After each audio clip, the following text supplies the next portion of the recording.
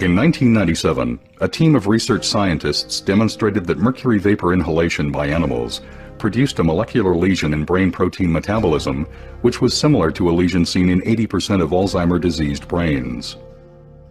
Recently completed experiments by scientists at the University of Calgary's Faculty of Medicine now reveal, with direct visual evidence from brain neuron tissue cultures, how mercury ions actually alter the cell membrane structure of developing neurons. To better understand mercury's effect on the brain, let us first illustrate what brain neurons look like and how they grow. In this animation, we see 3 brain neurons growing in a tissue culture, each with a central cell body and numerous neurite processes.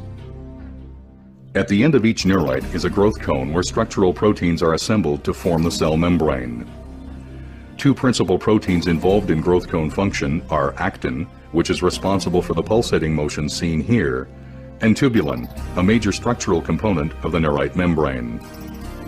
During normal cell growth, tubulin molecules link together end-to-end to form microtubules, which surround neurofibrils, another structural protein component of the neuronal axon.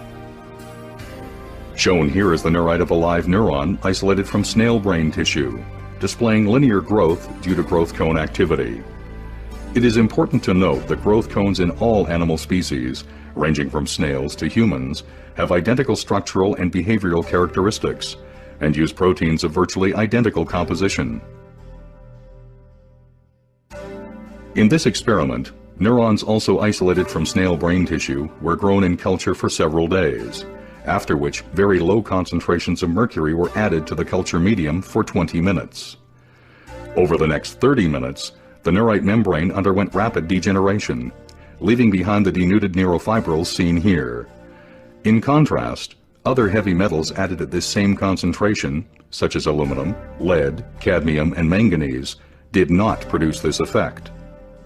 To understand how mercury causes this degeneration, let us return to our illustration. As mentioned before, tubulin proteins link together during normal cell growth to form the microtubules which support the neurite structure. When mercury ions are introduced into the culture medium, they infiltrate the cell and bind themselves to newly synthesized tubulin molecules. More specifically, the mercury ions attach themselves to the binding site reserved for guanosine triphosphate, or GTP, on the beta subunit of the affected tubulin molecules. Since bound GTP normally provides the energy which allows tubulin molecules to attach to one another, mercury ions bound to these sites prevent tubulin proteins from linking together.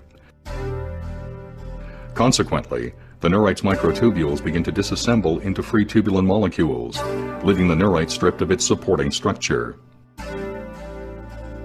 Ultimately, both the developing neurite and its growth cone collapse, and some denuded neurofibrils form aggregates or tangles, as depicted here. Shown here is a neurite growth cone stained specifically for tubulin and actin, before and after mercury exposure. Note that the mercury has caused disintegration of tubulin microtubule structure. These new findings reveal important visual evidence as to how mercury causes neurodegeneration. More importantly, this study provides the first direct evidence that low-level mercury exposure is indeed a precipitating factor that can initiate this neurodegenerative process within the brain.